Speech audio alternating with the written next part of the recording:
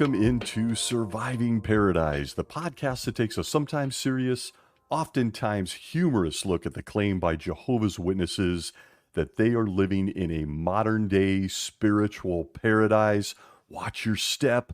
I'm your host, Stacy Bauman, former elder, ministerial servant, most importantly, a kid raised as one of Jehovah's Witnesses in the 1970s and 1980s. As I do, everything in God's organization is controversial, whether you're in, out, on a journey out, whatever the case may be. Please note, this show is never meant to offend anyone, just my own brand of observation and experience as a former Jehovah's Witnesses. Witnesses. I've had an interesting week so far, as I no longer have floors in my home. The repercussions of flood 2024 continue here at my homestead. Noah continues working on my repairs, my floors, my ceilings, and my walls. And you remember Noah. I can confirm that while he's here as one of my construction workers, no animals have been gathered, and he doesn't look like a 500-year-old virgin either, I must tell you.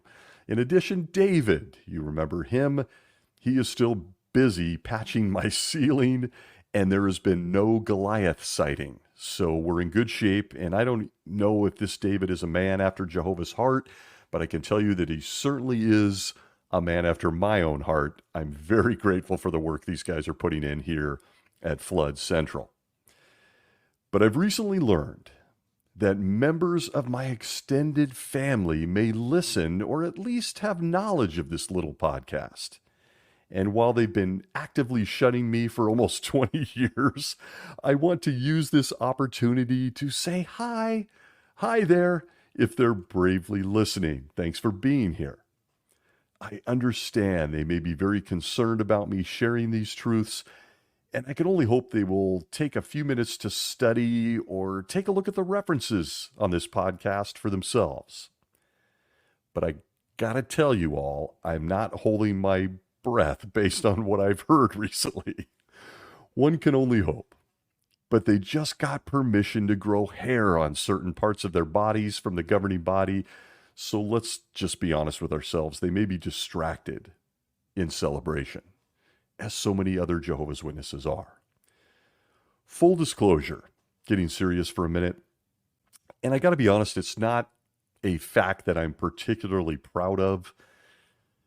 I've long ago forgotten most of my extended family. And that's not in a spirit of meanness or anything else.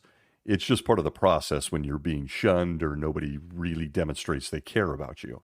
You just tend to move on. I don't think about them anymore. And coupling the reality with some private DMs I got this week from really, really precious, nice people that are in and out of Jehovah's Witnesses, I find myself dwelling on a very important subject. And that subject is family. Aside from the heart beating in your chest and the breath in our lungs, is there anything, and I do mean anything, more important to you than your family? Give it some thought. What does the medical community have to say about the importance of family in a person's life? From the National Library of Medicine, Family Relationships and Well-Being, Patricia Thomas, PhD, and Deborah Umberson, PhD, we get this, quote, relationships with family members are significant for well-being across the life course. As individuals age, family relationships often become more complex, with sometimes complicated marital histories, varying relationships with children, competing time pressures, and obligations for care. At the same time, family relationships become more important for well-being as individuals age and social networks diminish, even as family caregiving needs increase. Stress process theory suggests that the positive and negative aspects of relationships can have a large impact on the well-being of individuals. Family relationships provide resources that can help an individual cope with stress, engage in healthier behaviors, and enhance self-esteem, leading to higher well-being, end quote. But that is just imperfect men and women, right? The family is incredibly important. What is Jehovah? Let's skip these doctors. Skip what we know about how much family means to us at the heart level. What does Jehovah say about the family if you're a witness listening? At Ephesians chapter 3, verses 14 and 15 of the New World Translation, we're told this, quote, "For this reason I bend my knees to the Father, to whom every family in heaven and on earth owes its name," end quote. And there it is. Jehovah actually created the family unit. It's incredibly important to him. It started with a couple of perfect nude people, you remember. His book, the Bible, goes on to tell us all sorts of details on how to run a family in both sections of the Bible, Old and New Testament. Controversial things like a woman answers to a man. Ugh. Children answer to their parents. And dad, well, he answers to Jesus, according to the Bible.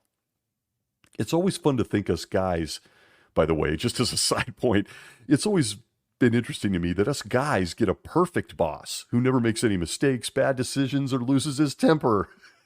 We get him to answer to, and well, the ladies, well, according to the Bible, they have to answer to us imperfect guys. Oh boy, whole nother episode, folks. Subject for another day. But without question, the Bible itself is filled with guidelines for families, illustrations about families, and entire books in the Old Testament, making sure we know the genealogy in great detail of, you guessed it, families. But what about Jesus? What about Jesus Christ and this subject of family, according to the Bible?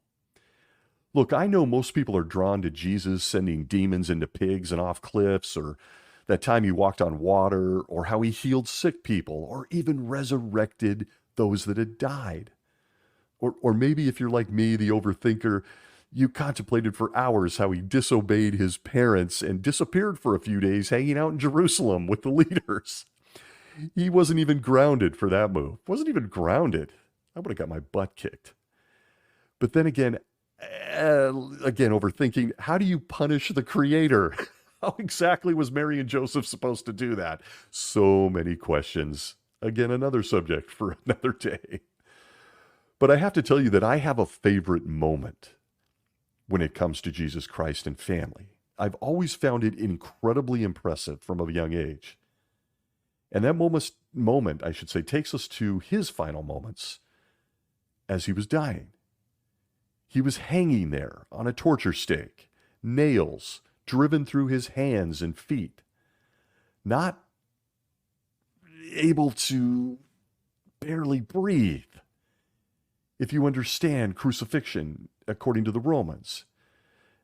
And despite not being able to barely breathe, he was able, as the Bible tells us, to have somewhat of a brief conversation with the bad guy hanging next to him. But he did something that made a bigger impression on me. He took care of his elderly mother. At John chapter 19, verses 25 through 27 of the New World Translation, we're told this about Jesus and family. Quote, "By the torture stake of Jesus, however, there was standing his mother and his mother's sister, Mary, the wife of Clopas, and Mary Magdalene.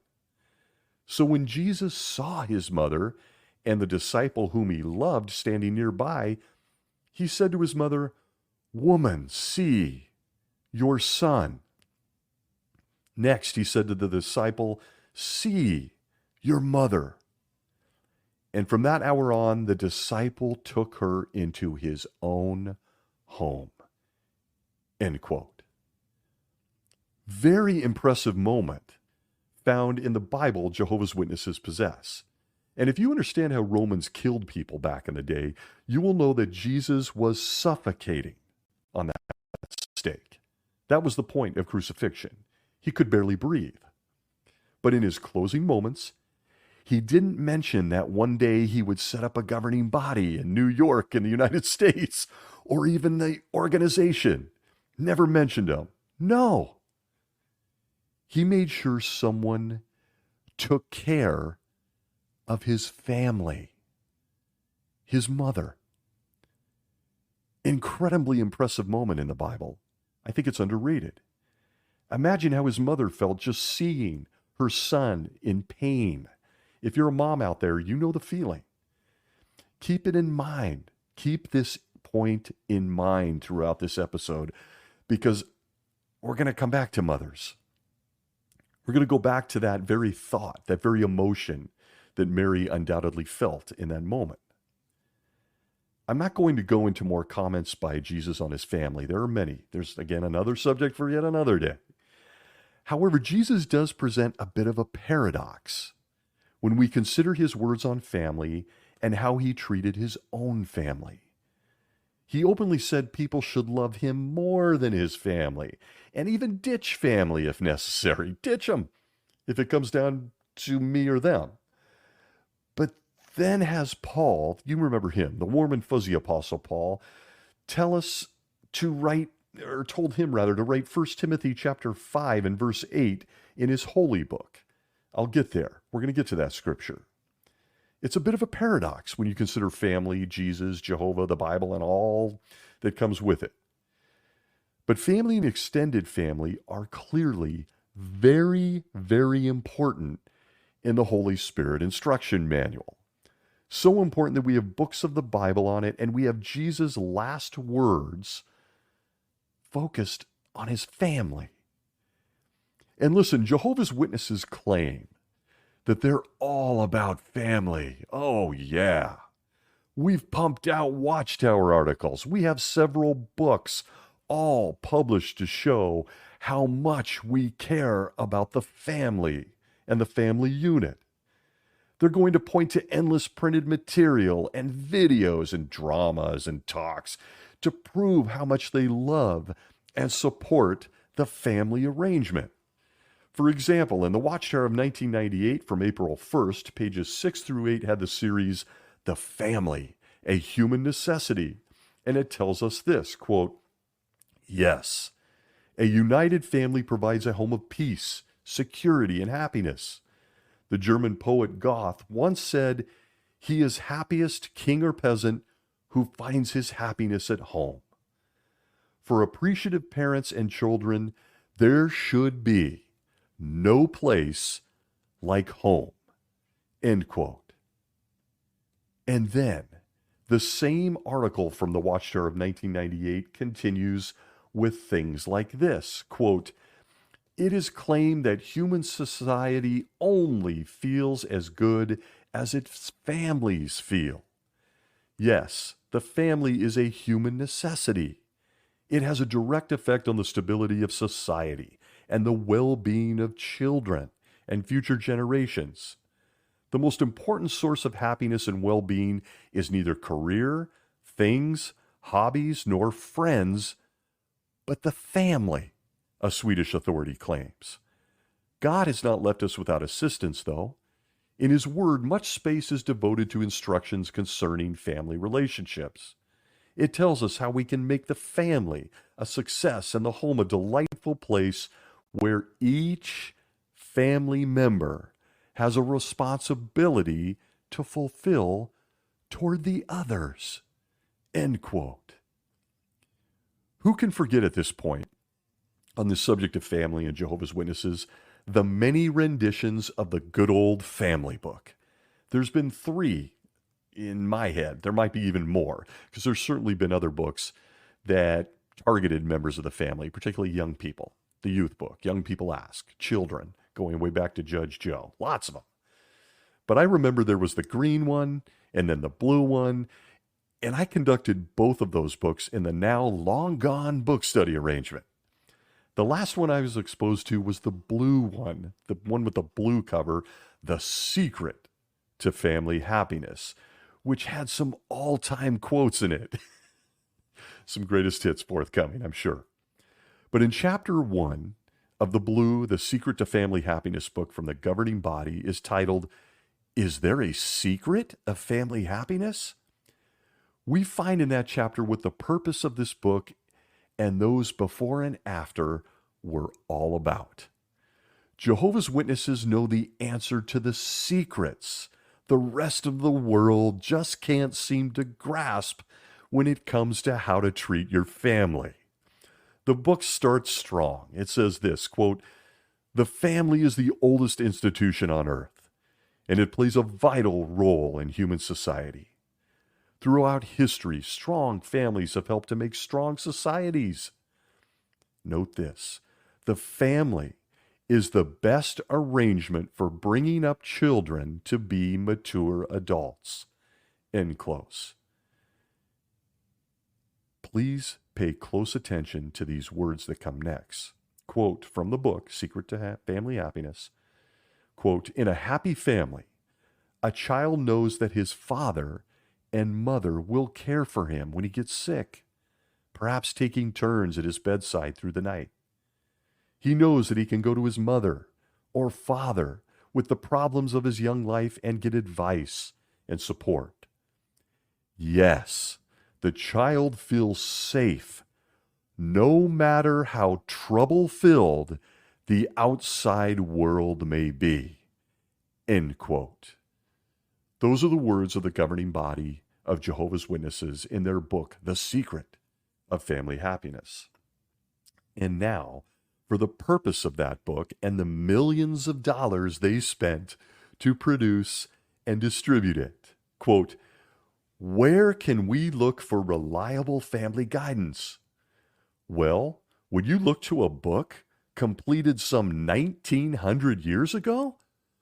Or would you feel that a book like this must be hopelessly out of date? The truth is, the real secret of family happiness is found in just such a source. Although the Bible was completed almost 2,000 years ago, its counsel is truly up to date. Bible principles work for everyone. If you apply them, you too will come to know the secret of family happiness. End quote. Hang on those words for a minute. There it is. The secret that Jehovah's Witnesses possess regarding happy family life and how to have one is all based on their interpretation of the Bible. And as much as anyone hates to hear this, I couldn't help but allow my mind to wander on what I learned about families, family life, and how to handle family crisis, even how to love each other from that book, the Bible. And what the governing body says is counsel that is truly up to date. So folks, sorry for those that revere the Bible as frozen Holy Spirit. I have to go there, addressing their claim of secret knowledge that only they possess from this book. And as I contemplated that this week and dwelled on some of the things I learned as a kid, then as a husband, then as a father from the Bible and the governing body, here were a few of my immediate thoughts on the Bible's up-to-date counsel for families, according to the governing body of Jehovah's Witnesses. Are you ready for another segment of my random thoughts? Here they come. Just one small decision away from perfection. Was Adam a good father? I found myself thinking about that. Cain, one of his sons, was raised with so much unaddressed rage that he killed his brother over a sacrifice to Jehovah. There's no word in this book for families on how the parents were impacted, but the great decision making kind of continued with Cain. He eventually left the family because he had to in the first shun act in the Bible. And as he left, he decided he was going to take one of his own sisters to make babies with. In what the governing body calls in their Secret to Family Happiness book, truly up-to-date counsel. This, folks, was the first family. The first. And the Bible's up-to-date counsel involved unaddressed rage, apparently neglecting your duties as a father to raise your sons correctly, one of them killing his brother and then taking a sister to make babies. Up-to-date counsel, according to the faithful and discreet slave of Jehovah's Witnesses. But it got better for me. And I'm sorry for those who are willing to bravely sit here and listen to this. But again, I'm reading from their family book. I want to take care of my family, and they're telling me the Bible is truly up-to-date counsel. Here's another. I learned Jehovah looks the other way when his kids started bullying and hurting innocent people. His first father, his kids, told in the Bible that's up to date that he just watched as his invisible, genderless angels magically grew penises, assaulted women, and started their own families. What? And those families were made up of giants because, genetics from invisible spirit things and stuff. And that hurt mostly innocent people, the giants, that is. At some point, the Bible tells us Jehovah got tired of watching and he just decided to drown everybody. He thought that was a good idea in his act as a father because he apparently couldn't handle his own kids. And folks, I'm still in the first book of the Bible that's truly up-to-date counsel for families. But wow, I gotta tell you, at this point, I'm learning a lot about how to handle my own family, right? Governing body's words, not mine. And then as I continued thinking, I learned, and again, still in the first book of this up-to-date counsel with the Bible, that a sexless marriage is a healthy family arrangement. Since Noah, yep, I snuck him in, there he is, didn't start having kids until he was 500 years old. What? A sexless marriage for 500 years? I gotta tell you, it had to be, because without a drugstore with a contraception section aisle anywhere to be found in the time of Noah, we are left to conclude by the Bible's up-to-date counsel that he and Mrs. Noah were apparently celibate for 500 years. Very healthy indeed. What advice? Listen, I could make some inappropriate jokes. I'm not going to. So at this point, I'm just going to pull out of this example. Sorry, I did it. Just going to pull out here. Okay. This same Bible, with up-to-date counsel according to the governing body, features a father who thinks that giving his two daughters up to an angry mob outside his house for a violent sexual assault is a better option than kicking out two complete strangers that just materialized at his house out of nowhere. The crowd wants to assault them. Nah, take my baby girls instead. Fathers, any fathers listening to this up-to-date counsel from the Bible, please don't try this at home. I beg you.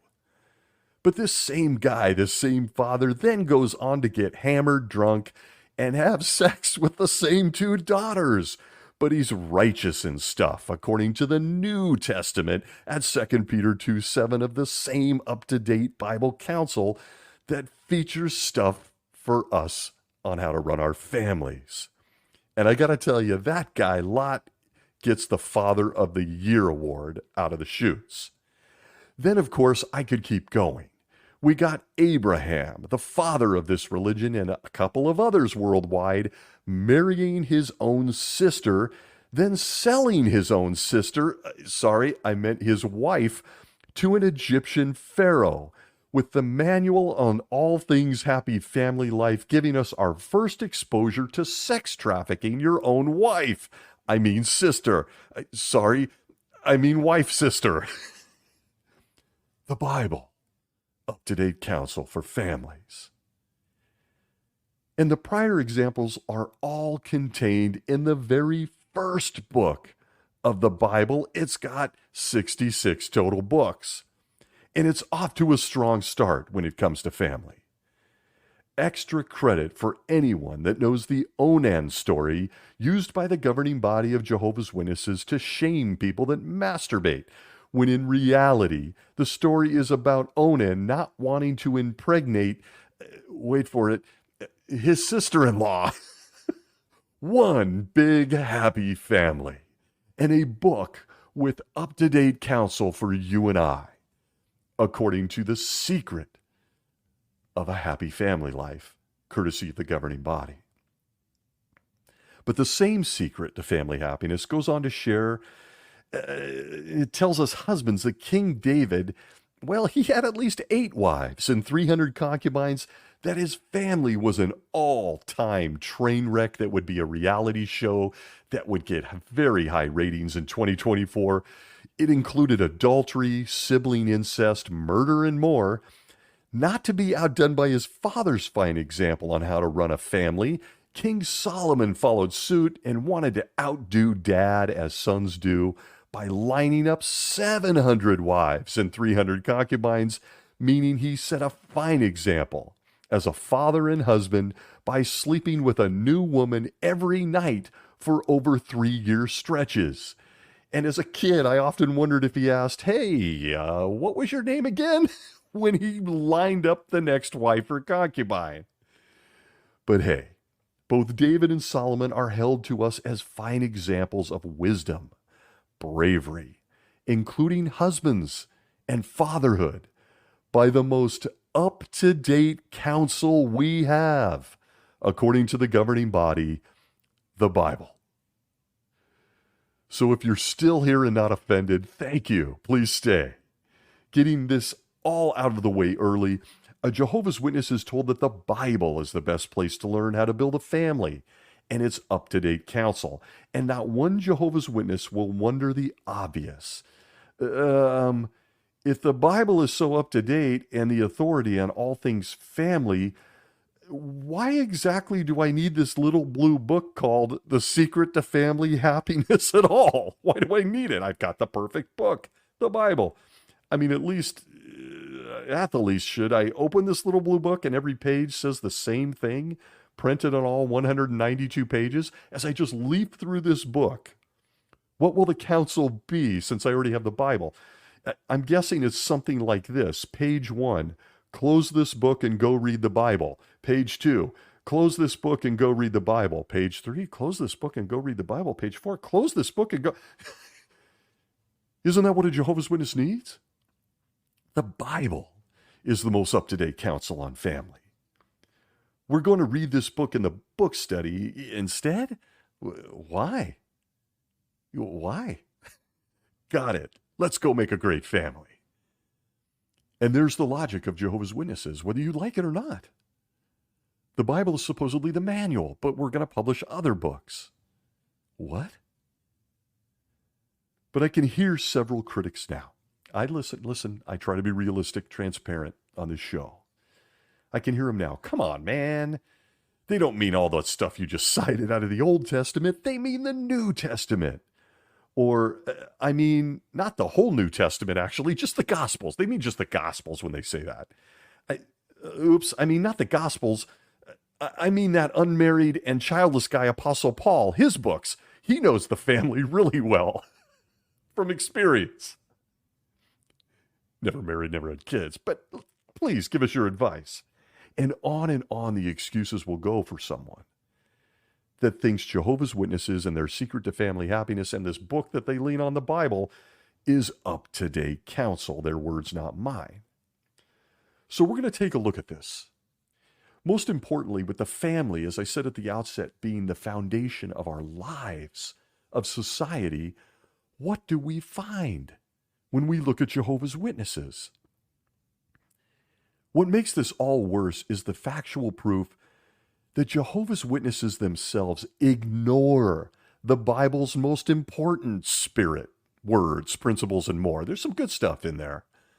Not the stuff I reeled off. Certainly not a manual for family life. Don't care what they said. But there's some good stuff in there. But they ignore it. They do sell, after all, wink, wink, nudge, nudge, a lot of books that have illustrations of happy families. You'll see videos and photos of Jehovah's Witness families all smiling in spiritual bliss as they eat dinner together. They study the Bible together. And of course, there's always the obligatory photo in some of their publications of a family get-together with at least one person, usually dear old dad, strumming a guitar as they all sing kingdom songs. Jehovah's Witnesses have the happiest families. They're here to prove it. And I got to say at this point, to put it bluntly, there really are those witnesses that take very good care of their family. I know I paint with a broad brush because it is the majority, but it's not everyone, okay? Not at all. There's some wonderful people, which is the whole reason I turn on this microphone inside Jehovah's Witnesses. Some of those people even ignore the insanity out of the 9 mouths of the kings who are complete strangers in upstate New York. They just ignore it. They don't talk about it. There are thousands of Jehovah's Witnesses that deeply love their family, and they will put that family first. There are. There are loving, close-knit families inside Jehovah's Witnesses, folks.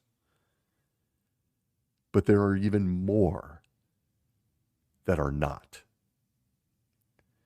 And despite the organization's timely campaigns to help families, when push comes to shove, the family gets shoved. Make no mistake.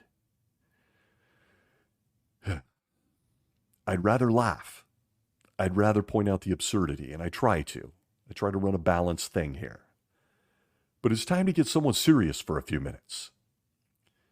No number of books from a publishing real estate company, no number of dramas, videos, cartoons, Watchtower articles, talks on JW Broadcasting, or any other claim by the governing body of Jehovah's Witnesses can cover or dismiss the reality that in the end, they do not really care about our families.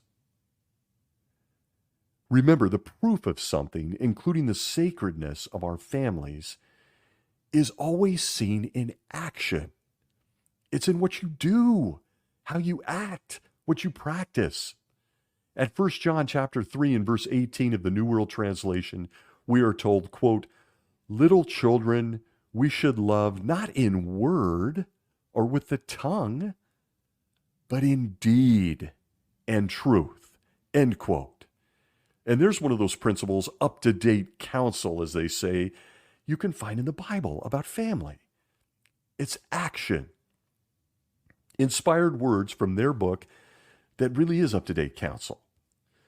So what deeds, then, do we see in reference to how family life and families, every precious soul that is a member of a family, are treated inside Jehovah's Witnesses? What do we see?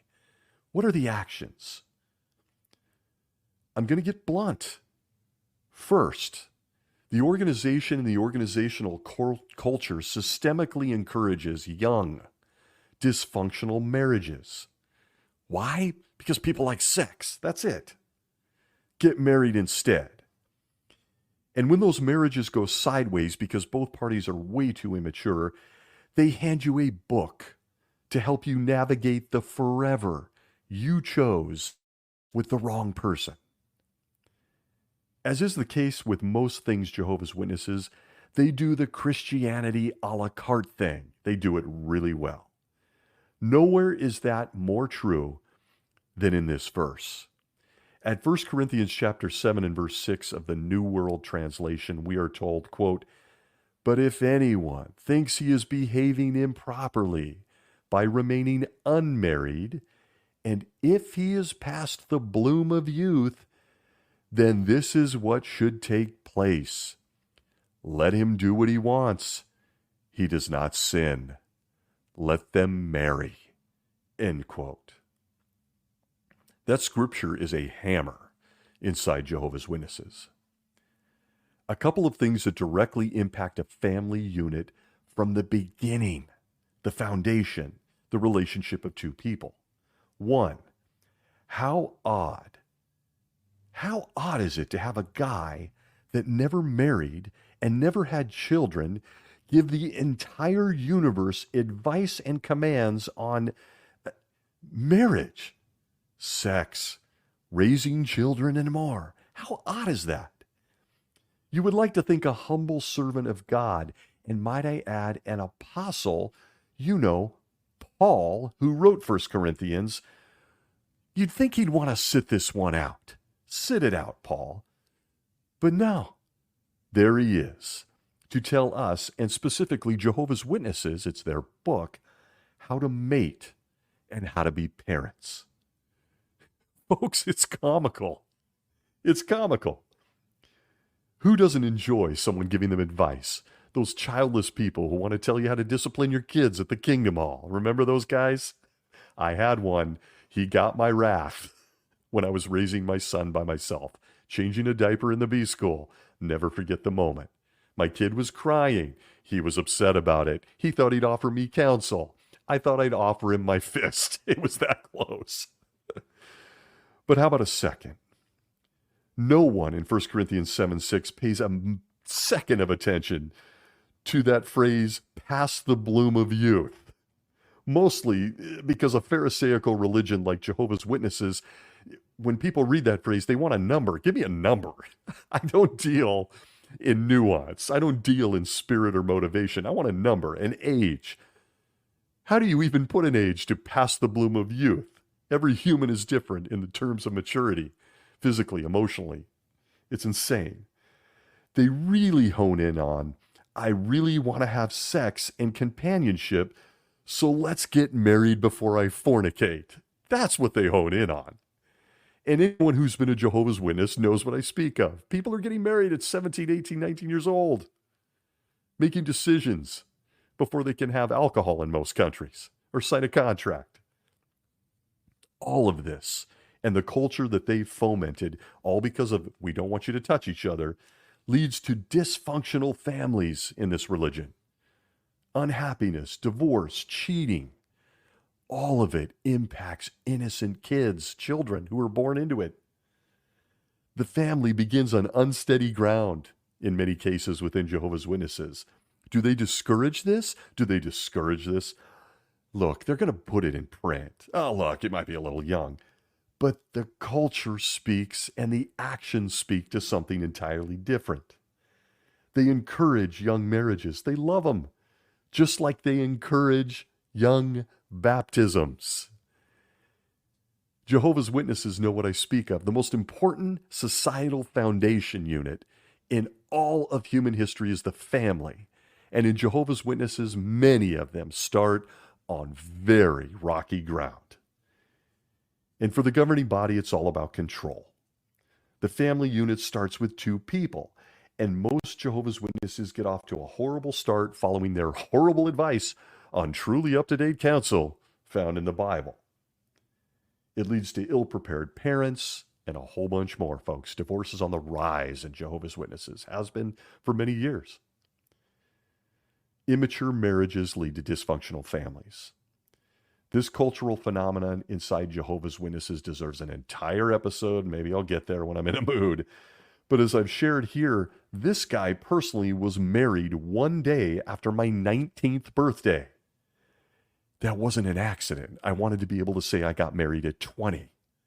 As if that was some kind of badge of honor. I was mature then, at 20. Absolute insanity. From the Awake of 1972, December 8th, pages 3 through 5, we get the article from the Faithful Slave, Teenage Marriage. How wise is the question?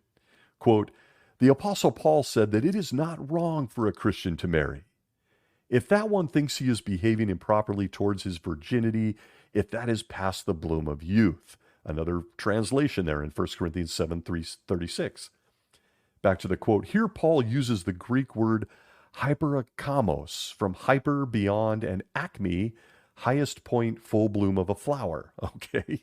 If the period of that primary surge of desire is past, a person is in position to evaluate his or her feelings and situation more objectively. End quote. We get it. This is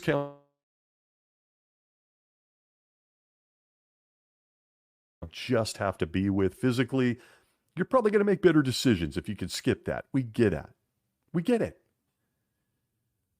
To that counsel on marriage and the foundation of family, though, I need to ask, When exactly is that primary surge of desire past? When is that?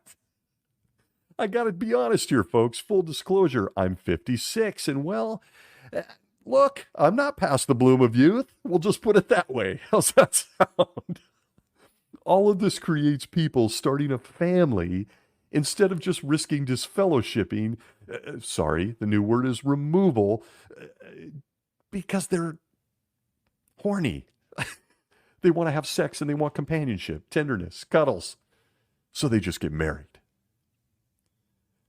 And second, they've discouraged many Jehovah's Witnesses from having children. Again, this is all under this umbrella of family and how they have the secret to all the happiness you want. They've discouraged Jehovah's Witnesses for decades from having kids, which really doesn't say much about that whole original purpose thing back in the Garden of Eden, does it? Doesn't say much. I'm pretty sure that was the whole purpose for us being here. Jehovah immediately told two naked people, get busy, make some babies. But their counsel on not even having kids in the world's strongest family unit inside the world's only true religion, this has been going back decades. I'm rambling here, but Watchtower of 1938, November 1st, page 324, they gave this counsel, quote, mark the words of Jesus, which definitely seem to discourage the bearing of children immediately before or during Armageddon, end quote, 1938. Do you realize that there were people who didn't start families and never had one, died?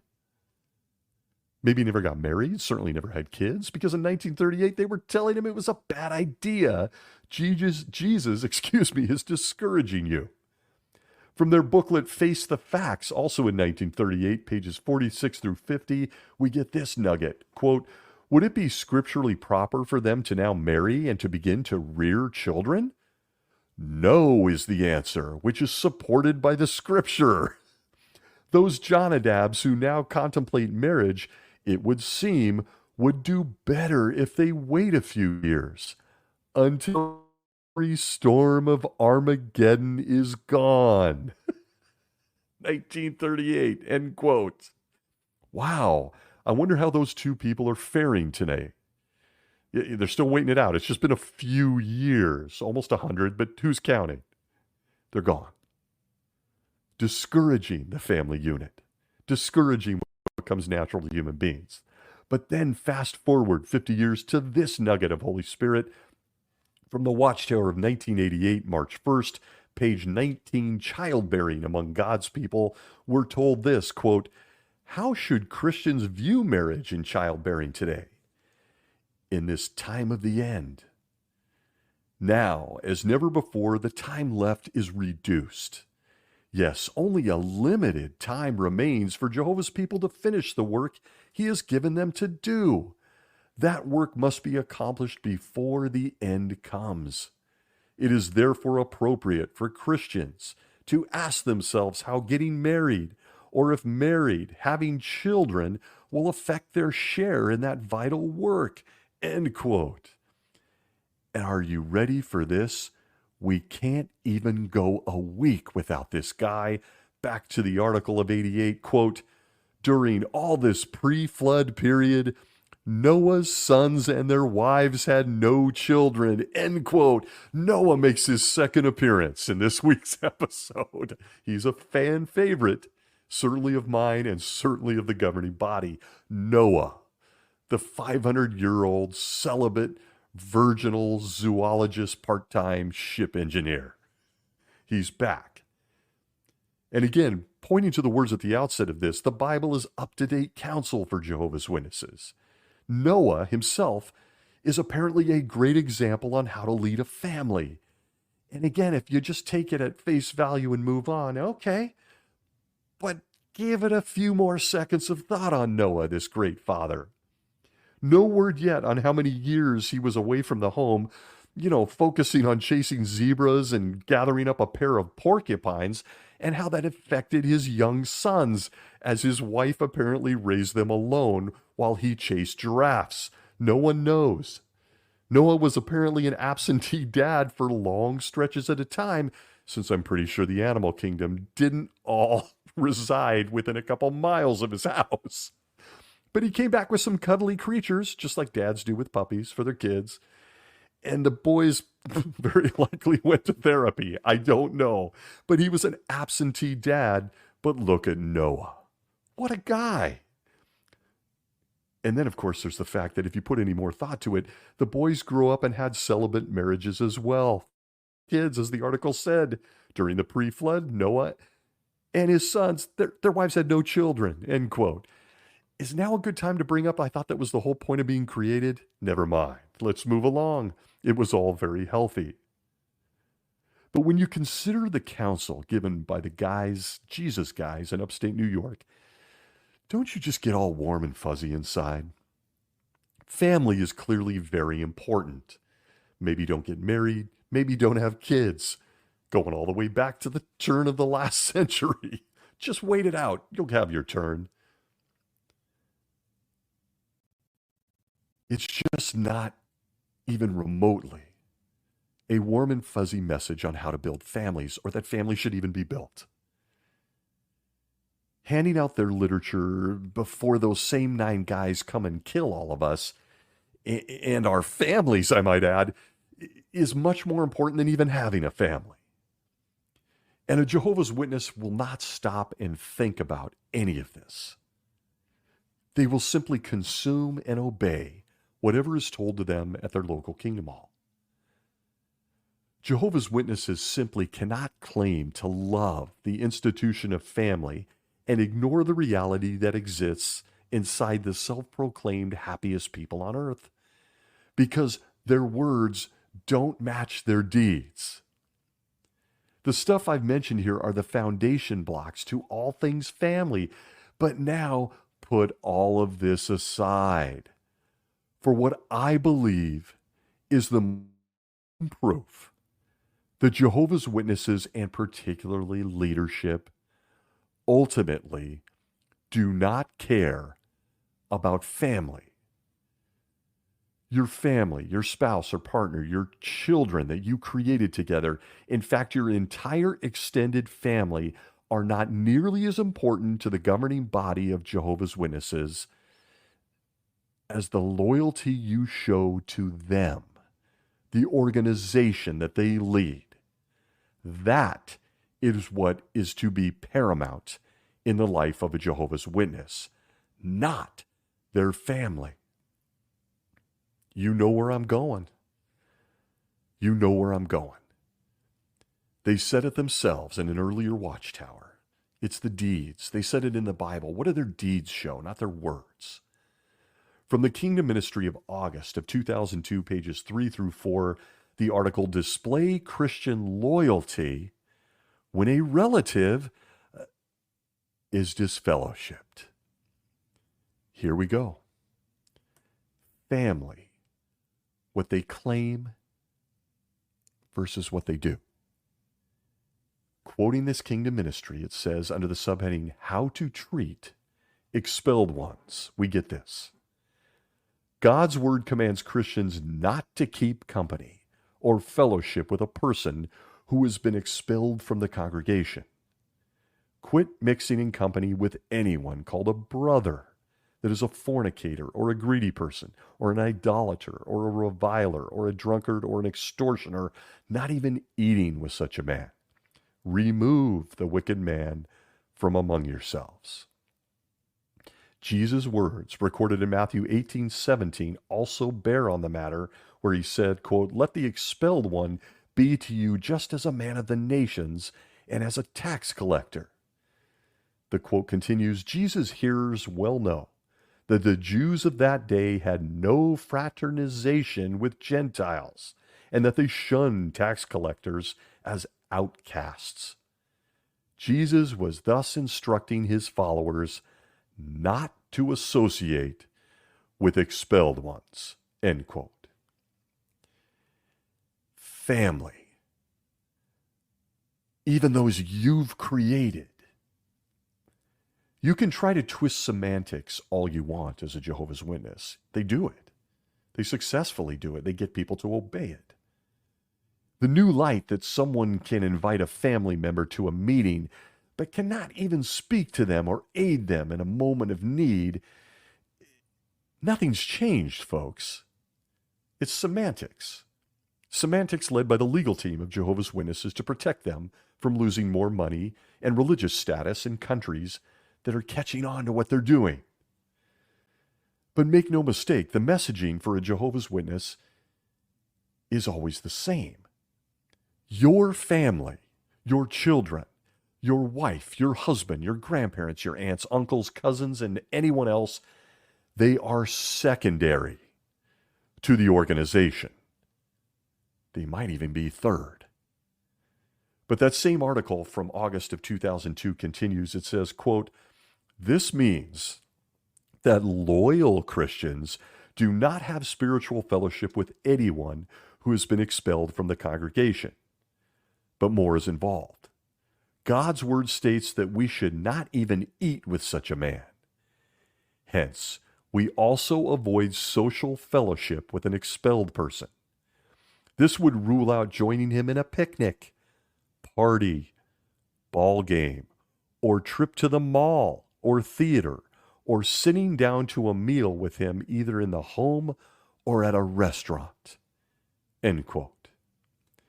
And again, I'm going to do it. I'm repetitive, but it bears repeating. You all remember the parable of the Good Samaritan, right? I think we know it well.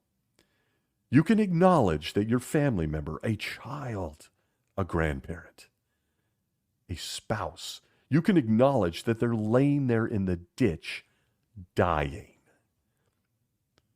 But all you're allowed to do as a Jehovah's Witness to a family member now is to lean over, whisper in their ear, and point to the kingdom hall. Instruct him to get up. Doesn't matter if they're in a coma, they're depressed, they're suicidal, they're sick. Doesn't matter. Instruct them to get up and follow the two guys that actually just passed by them and ignored them. This person is family, after all. You can do this. This is how we are to treat a family member among Jehovah's Witnesses. But the article continues, and I'm here to say nothing has changed with all this new light on shunning in recent weeks. It's merely semantics, folks. And it impacts our families. People that have our blood, our genetics, people we might have made, people that made us. Jehovah's Witnesses are still being instructed to treat a family member that doesn't agree with them on this religion as a stranger. Paragraph 8 of this same article is a real comfort to parents. Yeah, that's sarcasm. It says this, quote, "If a minor child, wow, a minor child living in the home is disfellowshipped, Christian parents are still responsible for his upbringing," end quote. Wow. Thank you for confirming. I should still feed him. I should still make sure they live under, shelter. They have warmth. They're alive. And I want to point out that this article from the Faithful and Discreet Slave on family and the secret to happiness is talking about a minor who apparently is now being shunned by the rest of the family, but he still lives here, so, don't put him on the front porch or anything without food. They go on to say that they're allowed to listen in if the family has a Bible study. They can listen. How kind. What is the scriptural basis for this, folks? We don't know. Nothing is cited by the governing body, but just take our word for it. We love families and the family unit. Paragraph 9 of this KM article goes on to cover any and all family members, including our extended family. It says this, quote, "Relatives not in the household" is the subheading. "The situation is different if the disfellowshipped or disassociated one is a relative living outside the immediate family circle and home," states the Watchtower of April 15th, 1988, page 28. End quote for a moment. Isn't it great that they quote themselves when they're looking for an authority on this matter? They quote their own Watchtower as the authority.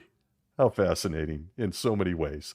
Back to the quote in the KM, August of 2002, quote, "It might be possible to have almost no contact at all with the relative.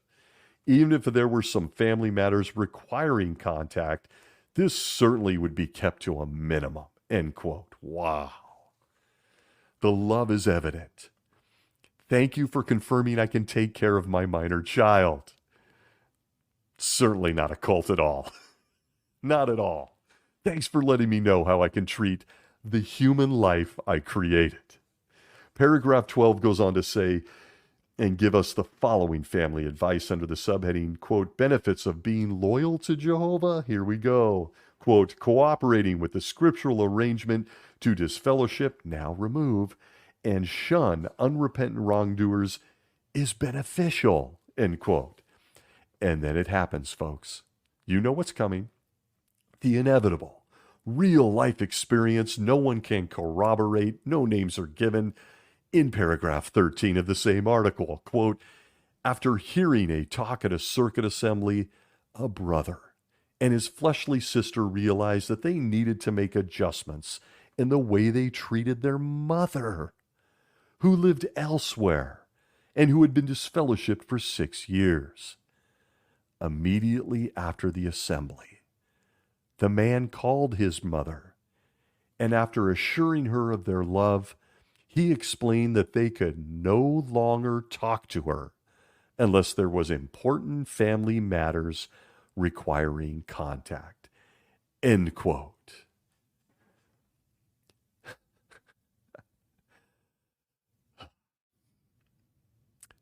If you're keeping track at home, Jesus Christ, the King, who had this kingdom ministry article, written by his faithful slave, the King also told us in his instruction manual, the one that's up-to-date counsel, the Bible, the King wanted to make sure that as he was gasping for breath on a torture stake, undoubtedly in unspeakable pain, that he was actually most worried about his mother, standing right in front of him, watching him die.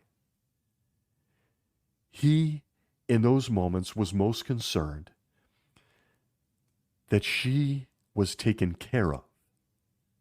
He spoke to her.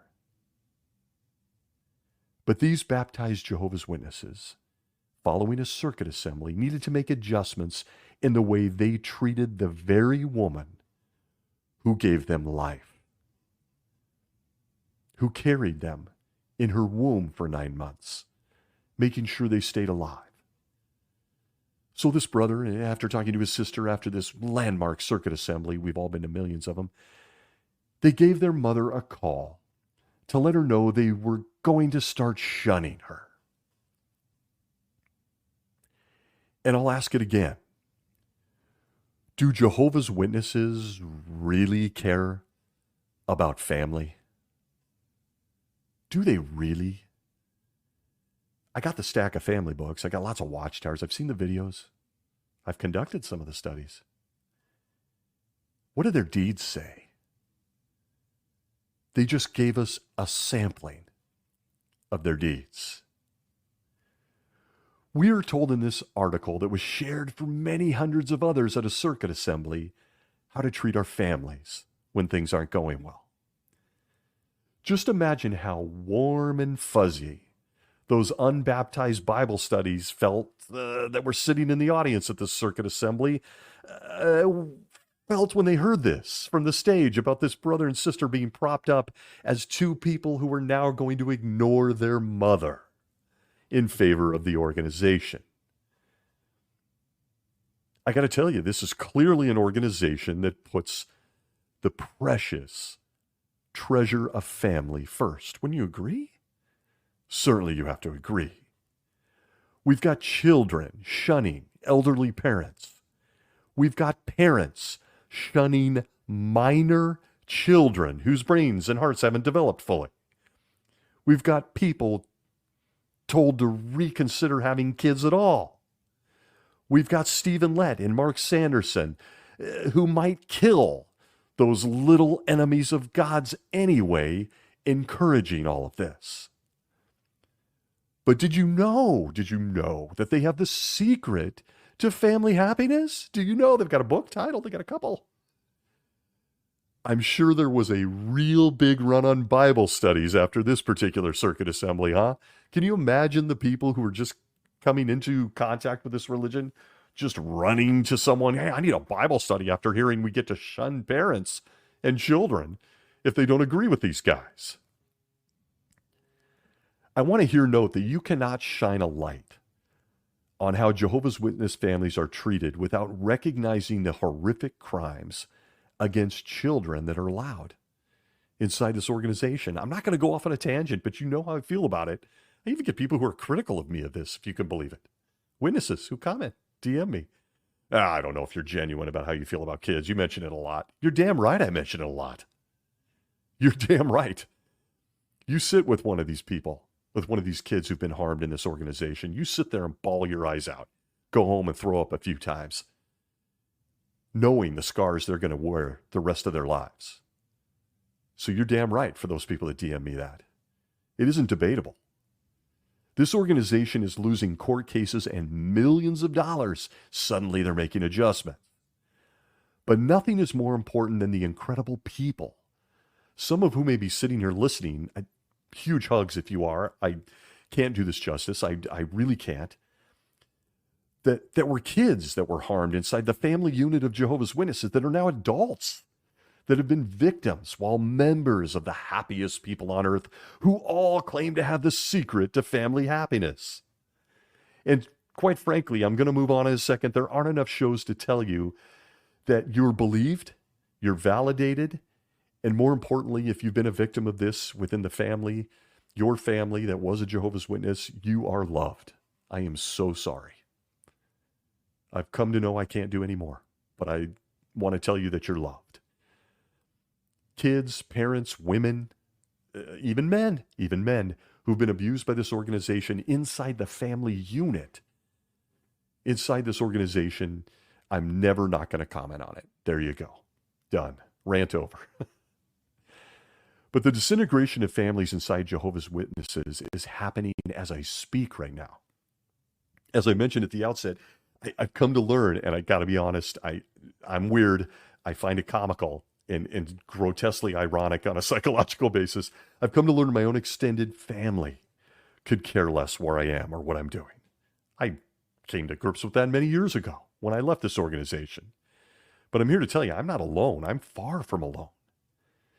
There are millions of us, undoubtedly someone listening. And despite everything I've already shared, that I mean to tell you are concrete facts. I gave you references and book titles. This same organization of Jehovah's Witnesses that claims to love the family unit also, after all these deeds I've just went off on, they also hold in their hands the following verse in their own Bibles that are up-to-date counsel. At 1 Timothy chapter 5 and verse 8 of the New World Translation, Jehovah's Witnesses are told this, quote, anyone who does not provide for their relatives, and especially for their own household, has denied the faith and is worse than an unbeliever. End quote. How do you define providing for your family? I'll let you do that. Physically? Emotionally? Sure. Would you look at that? I'm searching for the fine print or the disclaimer in this holy book manual, the Bible on this verse, and 1 Timothy 5:8. I can't find it. And this verse tells me that anyone who doesn't take care of their family, that your worship is completely useless. In fact, as you'll note in that verse, 1 Timothy 5:8, it's worse. It is worse than useless. You're worse than an unbeliever, says the Bible. That's right, folks. You're worse than that. Those that don't care and love their own flesh and blood, their children, minors, adult children, mom, dad, grandparents, cousins, uncles, aunts, those that don't care and love for them are worse than us apostates. They're worse. It's right there in the Bible at 1 Timothy 5:8. The same people, Jehovah's Witnesses, that hear this at the Kingdom Hall this week, are going to continue to shun a child that they created or call a relative names. I've heard a few about my own self. Oh, he went crazy. He's so disloyal. He's an apostate. Wow. Or for those that have faded from this organization, those same family members, cousins, aunts, uncles, grandparents, and more, they still won't stop by just to make sure you're doing okay. Despite having the same blood coursing through their veins. They'll then turn and go out in the field service and stand in front of a book cart, claiming they love their neighbor, while shunning their own flesh and blood. Jehovah's Witnesses can't ignore this stuff.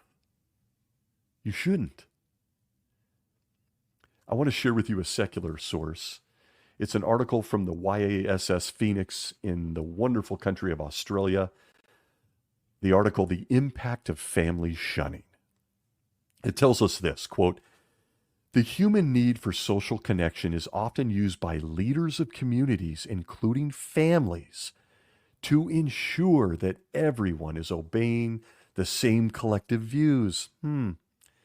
Failure to do so is often punished by the person being banished from the community. This phenomenon is often referred to as shunning. Essentially, shunning is a form of social shame and humiliation. More specifically, shunning is a form of abuse. It is discrimination and silent bullying. U.S. psychologist Kipling Williams has made a lifetime studying shunning and its impact. Talking to Science Daily, Williams said, "Being excluded by high school friends, office colleagues, or even spouses or family members can be excruciating. And because ostracism is experienced in 3 stages, the life of those painful feelings can be extended for the long term. People and clinicians need to be aware of this so they can avoid depression or other negative experiences." End quote. Man, this stuff makes me emotional. I think we have all seen this firsthand in reference to Jehovah's Witnesses. I can feel the tears of some who haven't felt the warmth of their family for many decades. Aside from questioning how or why we start a family as a Jehovah's Witness, they maintain control of your family from the very beginning. It's terrifying because it always comes down to this inside Jehovah's Witnesses. The governing body and the organization are far more important than your own kids, your spouse, your aunts, cousins, grandparents. Here is a sneak peek at what the organization of Jehovah's Witnesses has done to a few families as printed by them in their own literature. A stunning lack of self-awareness and cruel. Watchtower of 2021, September, page 27, quote, "After his son was disfellowshipped, a brother named Luke admitted, 'I blame myself. I had nightmares about it. Sometimes I would cry and my heart ached.' Elizabeth, a sister who faced a similar situation, agonized, 'What did I do wrong as a mother? I felt that I might have failed to inculcate the truth in my son.' Esther, whose father was disfellowshipped, says, quote, 'I cried often. I constantly worried about his well-being. I even had panic attacks.' End quote. And it's disturbing, folks, considering the author of the Bible, as believed by Jehovah's Witnesses, is Jehovah God himself. And when he wanted to emphasize how important we are as people to him, he went to the most powerful illustration he could to make us feel it all. And I leaned into this illustration during one of my local needs parts as an elder. I asked it. I remember asking it in the book study one time. I asked the congregation sisters, I directed all my attention to them, and I asked them to close their eyes for a minute. Then I asked them, when their eyes were closed, what do you feel when I ask you about your children? What happens when I say their names to you? Sit with it for a minute. What memories are coming to your mind? What emotions flood your body when I ask about your kids? And I'm not going to lie, folks, I was trying to hit the heart. It's obvious. And admittedly, I let those questions hang in the air for a moment. It was really something to watch. God, I feel myself getting choked up. Oof. The dads and kids looked at their wife and mom smiling because their eyes weren't shut. They looked at mom. And I'm going to tell you here, more than a few of the sisters, they started to cry. Damn, getting emotional, sorry. Oof. Is there anything stronger and more beautiful than a mother's love for her kids and her family? And I was trying to make a point in this talk that no matter how moved they were, thinking of their kids, their families, it was nothing. It paled in comparison to how Jehovah felt about all of us in that kingdom hall. And I let him say it himself after asking the question. I went to the Bible, Isaiah 49:15 of the New World Translation, where it says, quote, "Can a woman forget her nursing child or have no compassion for the son of her womb? Even if these women forget, I would never forget you." End quote. You see, a mother's intense love for her family was nothing compared to Jehovah's love for our families or us as individuals. All that emotion, and I was just getting choked up, as you can see in the Kingdom Hall. It was so powerful. It was great. But it was nothing compared to what we're told Jehovah has a love for us and our families. But if you look at the words and the deeds of Jehovah's Witnesses, we're led to believe he wants young people to get into bad marriages and start strained family life from a young age, instead of maybe just dating a little. He loves it when some decide to not start a family at all, or to put it off until the next generation overlaps. God. He pumps out books and magazines sharing his secrets for family life. Oh, and if you're a Jehovah's Witness listening, he also wants you to pretend members of your family are bad people and that they're dead. He wants you to shun them, likely for life, for not listening to 9 Guys in New York. So, folks, especially for a Jehovah's Witness that is bravely here or in healing or considering their course, I ask you this. Do Jehovah's Witnesses really care about families? Same God?